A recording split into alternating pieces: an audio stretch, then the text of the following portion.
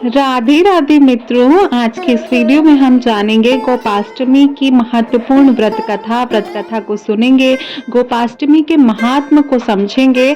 अष्टमी तिथि वैसे भी कृष्ण भक्तों के लिए बहुत ही स्पेशल होती है, बहुत ही पुण्यदायी होती है, चाहे वो शुक्ल पक्ष की हो या वो कृष्ण पक्ष की हो। तो इसी क्रम में मैं आपको बताना चाहूंगी कि गोपाष्टमी का जो पर्व होता है या गोपाष्टमी की जो पूजा आराधना होती है ठाकुर जी की, बाल गोपाल की, वो क्यों इतनी विशेष महत्वपूर्ण है और गोपाष्टमी का क्या महात्म्य है। तो देखिए, कार्तिक मास की शुक्ल पक्ष की प्रतिपदा से लेकर कार्तिक मास के शुक्ल पक्ष की सप्तमी तिथि तक भगवान श्री कृष्ण ने अपनी उंगली पर गोवर्धन पर्वत को उठाए रखा था। गोवर्धन पर्वत को अपनी उंगली पर विराजित करके रखे थे। 8वें दिन जब इंद्र देवता अपने अहंकार को त्याग कर, यानी वो अहंकार से भरे हुए थे, पूरे 1 हफ्ते तक उन्होंने वर्षा वृष्टि की थी, और उसके बाद जब उनका अहंकार टूटा था तो वे श्री कृष्ण के पास क्षमा मांगने आए थे। और जिस दिन वो क्षमा मांगने आए थे उस दिन कार्तिक शुक्ल पक्ष की अष्टमी थी, और उस दिन गोपाष्टमी का उत्सव बड़े धूमधाम से मनाया जाता है। और इसी विशेष क्रम में मैं आपको बता दूं, गोपाष्टमी का जो पर्व होता है, इस दिन गैया उसके बछड़े के साथ पूजा की जाती है, कान्हा जी की पूजा की जाती है, मैया तुलसी की पूजा की जाती है। और स्पेशली जो भक्त कान्हा जी के जो छोटे यानी बाल गोपाल का विग्रह अपने घर में स्थापित करते हैं या पूजा करते हैं, उनकी विशेष पूजा की जाती है आज के दिन। तो इसीलिए जो हमारा गोपाष्टमी है वो बहुत ही विशेष तिथियों में से एक है। तो देखिए, आज के दिन जो गोपाष्टमी की पूजा होती है उस पर गौ माता का बहुत ही विशेष श्रृंगार इत्यादि किया जाता है, तो मैं आपको बताऊंगी। लेकिन उससे पहले मैं आपको एक बात बताना चाहती हूँ कि जो भी लोग गौ की सेवा या पूजा नहीं कर पाते हैं वर्ष भर, उनको गोपाष्टमी के दिन गौ सेवा इत्यादि जरूर करनी चाहिए। अगर आपके पास या आपके आसपास गौ माता नहीं है तो आप गौशाला इत्यादि में भी गौ माता की पूजा कर सकती हैं। अगर आपको गौ माता नहीं मिलती है बिल्कुल भी, तो आप गौ माता और बछड़े की एक विग्रह आती है, फोटो आती है, उसकी भी लेके आप पूजा कर सकते हैं। मान्यता है कि गोपाष्टमी के दिन विधि विधान से गौ माता की पूजा व सेवा करने से सभी देवी देवता, यानी कि जितने भी देवी देवता हैं, सबका आशीर्वाद हमें प्राप्त होता है। गाय की पूजा करने से भगवान श्री कृष्ण प्रसन्न होते हैं, क्योंकि वो सबसे ज्यादा गौ माता को मानते थे, उनके साथ विचरण करते थे, और अपने बरसों जितने उनके भक्त थे होते हैं, जो गौ माता की सेवा करते हैं, वो भगवान श्री कृष्ण के और भी प्रेमी हो जाते हैं। इस दिन गाय की पूजा करने से घर में सुख, समृद्धि और शांति का वास होता है। तो अब हम इसमें जानेंगे कि देखिए, गोपाष्टमी पर गौ माता की आपको पूजा कैसे करनी चाहिए। कार्तिक मास वैसे भी भगवान श्री कृष्ण, भगवान विष्णु को समर्पित है, इसलिए यहाँ पर जो गोपाष्टमी, मैंने आपको इससे पहले भी एक व्रत के बारे में आपसे शेयर किया था, गोवक्ष द्वादशी का, ठीक उसी क्रम में मैं गोपाष्टमी का भी आपको पूजा विधि बता रही हूँ और साथ ही साथ कथा भी आपको सुनाऊंगी।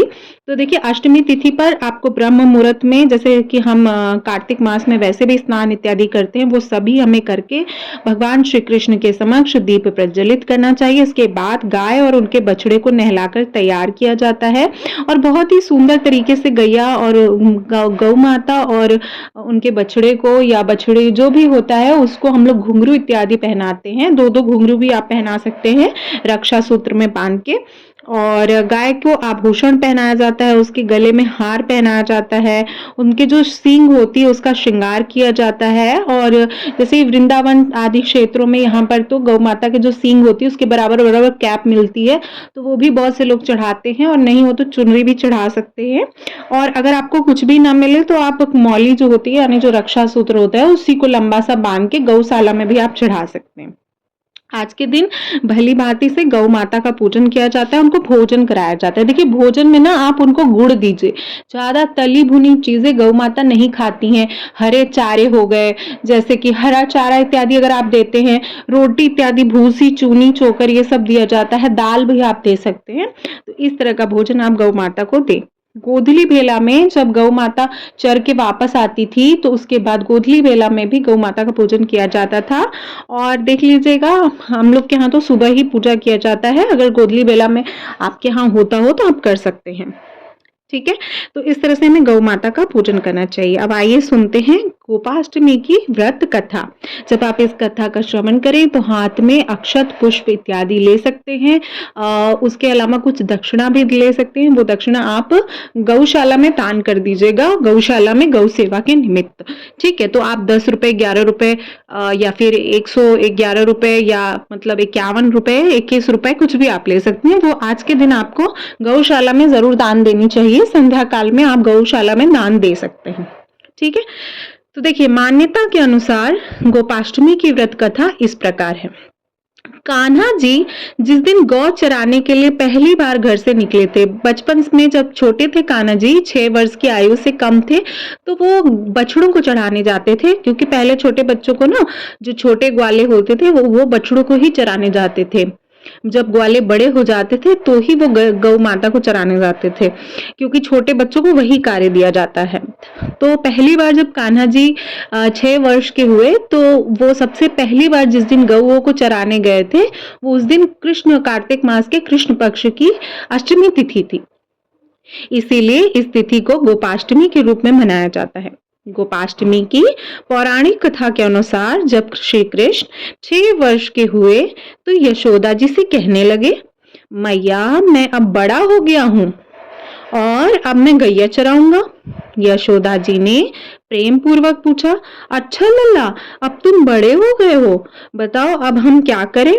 इस पर कन्हैया जी बोलते हैं, मैं बछड़े नहीं चराऊंगा मैया, अब मैं गैया चराऊंगा। इस पर यशोदा जी बोलती हैं, अरे अरे ठीक है लल्ला, ठीक है, बाबा से पूछ लेना, अगर बाबा बोलते हैं तो तुम गैया चराने चले जाना। अपनी मैया के इतना कहते ही झट से कृष्ण जी नंद बाबा से पूछने पहुंच गए। नंद बाबा ने कहा, लल्ला अभी तुम बहुत छोटे हो, अभी तुम बछड़े ही चराओ। लेकिन कन्हैया जी तो ठहरे हटी, वो हट करने लगे। तब नंद जी ने कहा, ठीक है लल्ला, तुम पंडित जी को बुला लो, वो गौचारण का मुहूर्त निकाल देंगे और उसके बाद तुम गैया चराने चले जाना। इतना सुनते ही झट से कृष्ण भगवान पंडित जी के पास पहुंच गए मंदिर में और बोले, पंडित जी से बोले कि आपको बाबा ने बुलाया है।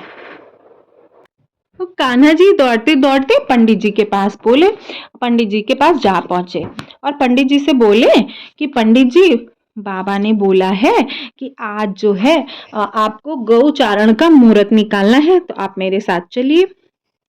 तो पंडित जी बोले, ठीक है, बाबा ने बुलाया तो मैं चलता हूँ, लेकिन मुहूर्त तो मैं बाद में बता पाऊंगा। तो कान्हा जी उन्हें कहते हैं कि पंडित जी ऐसा है, आप उनको बोलिएगा कि गौ चारण का मुहूर्त आज ही है, तो आज ही मैं गौ चराने जाऊंगा। अगर आप उनसे ऐसा बोलेंगे कि आज का ही मुहूर्त है, तो मैं अपना सारा माखन अपने हाथ से आपको खिलाऊंगा। अब पंडित जी इतने में बहुत ही सुख में प्रतीत कर रहे थे, क्योंकि स्वयं ठाकुर जी अपने हाथ से अगर माखन खिलाएंगे तो इससे इससे प्रिय और जगत में और क्या हो सकता है। तो पंडित जी काफी खुश हो गए और पंडित जी ने नंद बाबा के पास वहां पर ठाकुर जी के साथ पहुंचते हैं और बार बार पंचांग देखकर गणना करने लगते हैं। तब नंद बाबा पूछते हैं, क्या बात है पंडित जी, आप बार बार क्या गिन रहे हैं। तो पंडित जी ने कहा, क्या बताएं, गौचारण के लिए तो केवल एक ही मुहूर्त निकल रहा है बाबा। तो नंद बाबा इतने में परेशान हो जाते, एक ही मुहूर्त है। तो पंडित जी से पूछते, अच्छा पंडित जी बताइए वो कौन सा मुहूर्त है। तो पंडित जी बोलते हैं, वो आज ही का मुहूर्त है, इसके बाद तो 1 वर्ष तक कोई मुहूर्त नहीं है बाबा। पंडित जी की बात सुनने के बाद नंद बाबा ने गौचारण की स्वीकृति देनी पड़ी और उसी दिन भगवान श्री कृष्ण ने गौचारण आरंभ कर दिया। यह शुभ तिथि कार्तिक मास की शुक्ल पक्ष की अष्टमी तिथि थी और भगवान द्वारा गौचारण आरंभ कर लिया गया था, इसीलिए इसको गोपाष्टमी कहा जाता है। ये बहुत ही सुंदर कथाओं में से एक भगवान कृष्ण के बाल रूप का यहाँ पर वर्णन मिलता है। उनके उनके गौ प्रेम को आपको यहाँ पर देखने का एक छोटा सा प्रसंग मिलता है। तो इस प्रकार गोपाष्टमी की व्रत कथा थी। तो इस प्रकार से आप पूजन इत्यादि कथा सुन सकते हैं। मैंने आपको दे दिया है, दिखा दिया है सारा चीज़ यहाँ पर। और मुहूर्त आप सुबह भी कर सकते हैं, संध्या बेला में भी कर सकते हैं। और जब आप कथा सुन लें तो आप अपने हाथ का जो भी पुष्प रहेगा वो गौ माता को पैर में चढ़ा दीजिएगा। और जो अ, फूल इत्यादि आप लेंगे वो चढ़ा दीजिएगा। जो गुड़ इत्यादि रहेगा, जो मीठा रहेगा, चावल रहेगा, वो आप गौ माता को खिला दीजिएगा। चावल इत्यादि जो भी आप लेंगे, और उसके बाद जो दक्षिणा रहेगा वो आप गौशाला में दान कर दीजिएगा। आप सभी को गोपाष्टमी महापर्व की बहुत ढेर सारी शुभकामनाएं। आप सभी के जीवन में गौ माता का आशीर्वाद बना रहे, ठाकुर जी का आशीर्वाद बना रहे, ऐसी मनोकामना के साथ मिलती हूँ नेक्स्ट वीडियो में। तब तक के लिए नमस्कार। और चैनल पर पहली बार विजिट कर रहे हो तो प्लीज़ चैनल को सब्सक्राइब कर लीजिएगा। वीडियो कहीं पर भी किसी भी रीज़न पे पसंद आए तो लाइक शेयर ज़रूर कीजिएगा। राधे राधे।